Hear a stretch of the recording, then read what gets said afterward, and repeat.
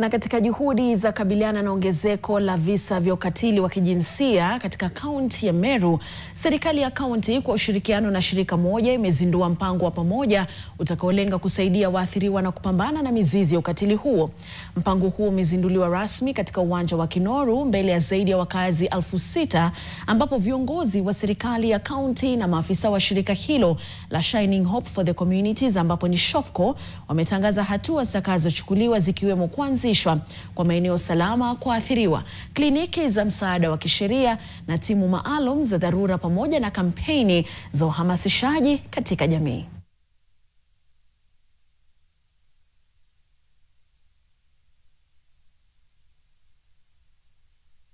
Ningependa kuambia wale ambao wamekuwa wakisema ya kwamba gavana anakaa kwa ofisi akikaribisha wageni, akikaribisha development partners, akikaribisha wale watu ambao wangependa kuwekeza katika kaunti ya Meru, niwaambie matokeo ya kukaribisha wageni Meru ndio haya.